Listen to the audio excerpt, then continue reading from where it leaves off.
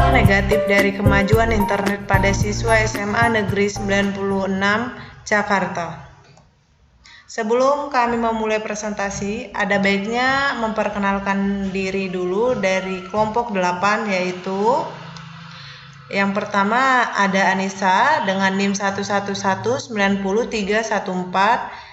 Yang kedua Davina Nuraini dengan NIM 111900279. Yang ketiga Evelyn Tia dengan NIM 111900209. Yang keempat dengan saya sendiri yaitu Marian Cinapitupulu dengan NIM 111900765. Yang kelima Mary Anggraini dengan NIM 111900123. Mari kita mulai. Latar belakang, remaja adalah generasi penerus yang akan membangun bangsa ke arah yang lebih baik dan mempunyai pemikiran jauh ke depan, dan kegiatan yang dilakukannya itu bisa menguntungkan diri sendiri, pihak keluarga, dan lingkungan sekitar. Di era global ini, pergaulan remaja lebih cenderung ke arah negatif karena cara berpikir remaja yang salah. Di era ini, nilai dan norma seakan sudah diabaikan, sehingga nilai dan norma yang berperan penting sebagai pengatur perilaku dan tingkah laku sudah tidak berfungsi lagi.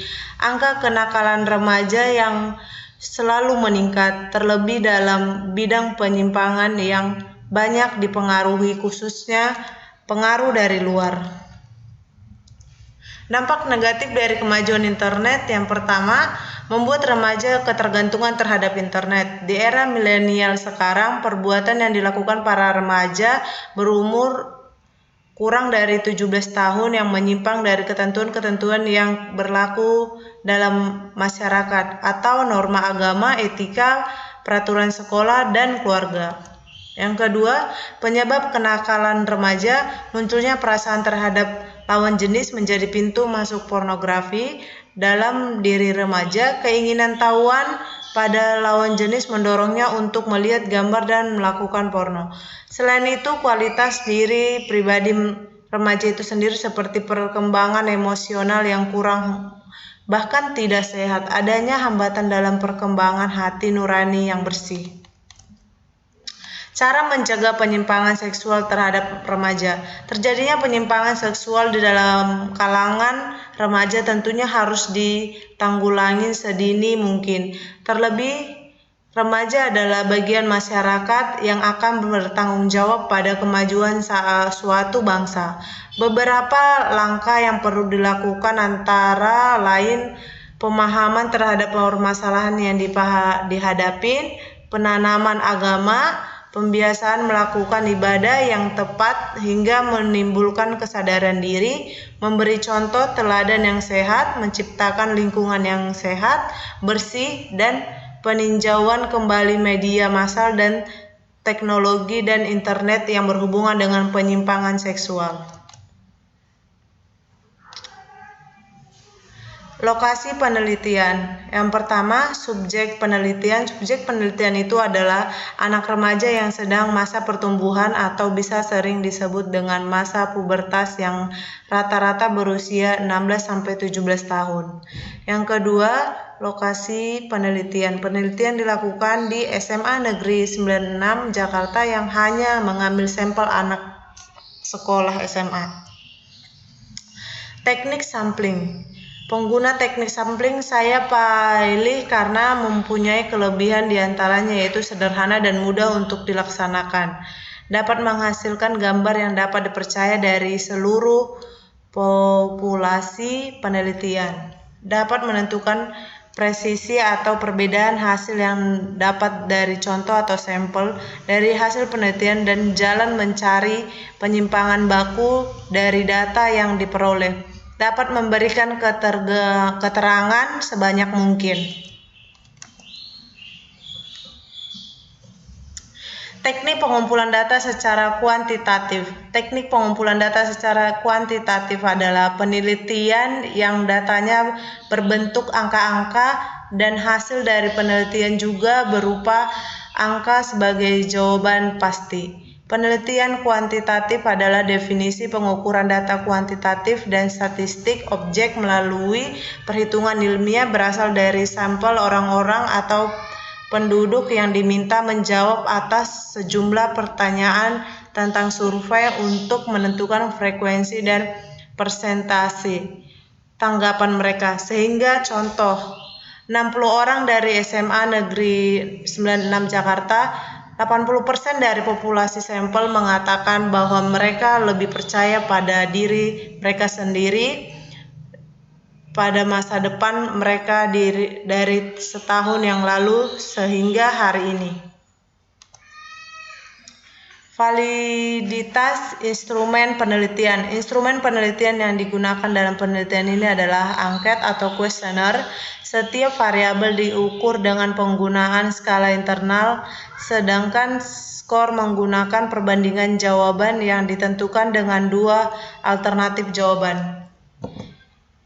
Pengujian data. Uji validitas yaitu suatu ukuran yang menunjukkan kevalidan atau keabsahan suatu instrumen. Suatu instrumen yang valid memiliki validitas data yang tinggi, demikian sebaliknya.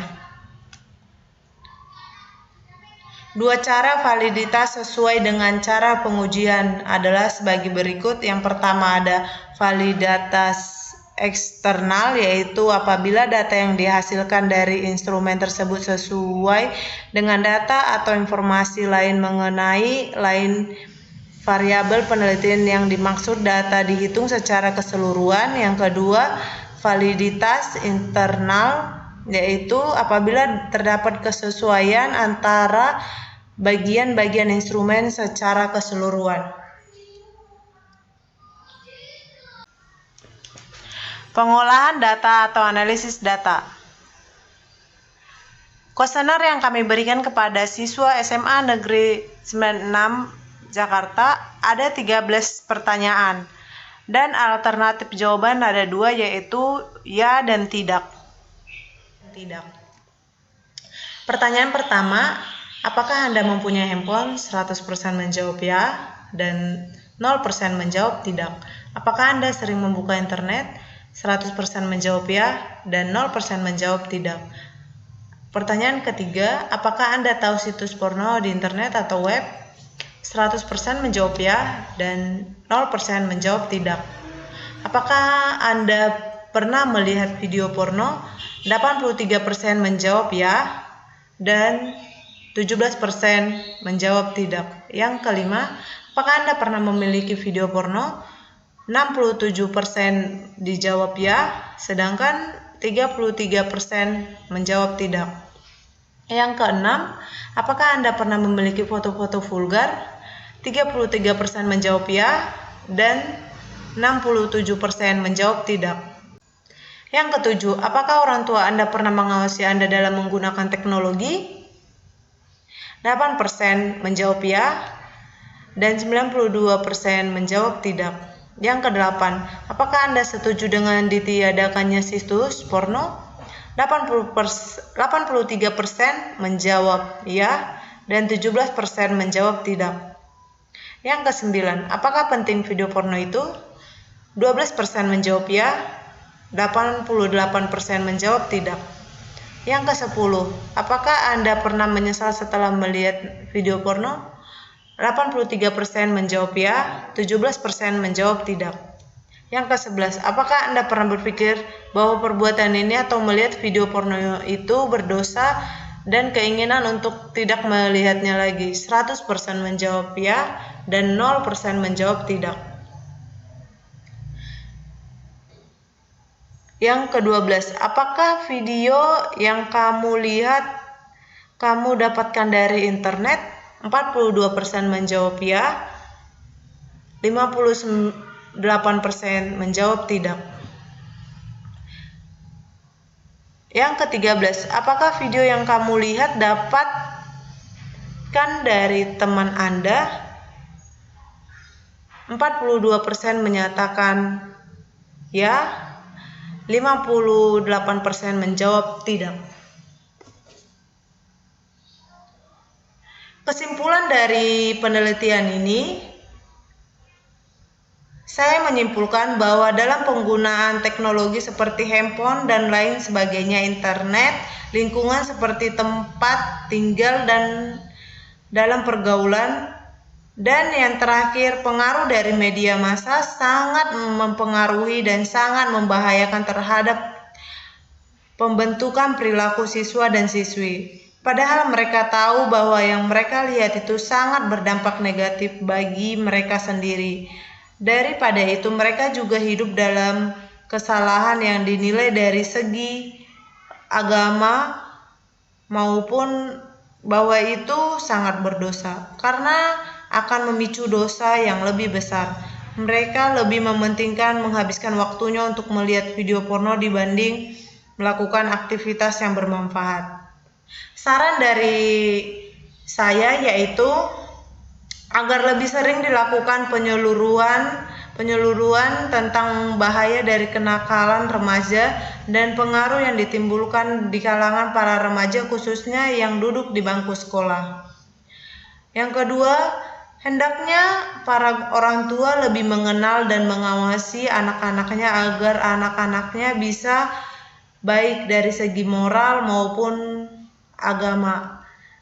Dan orang tua harus lebih memperhatikan anaknya karena di usia remaja ini yaitu masa pertumbuhan yang orang tua harus lebih mengkontrol sosial media mereka dan lebih memantau apa yang dilakukan anaknya.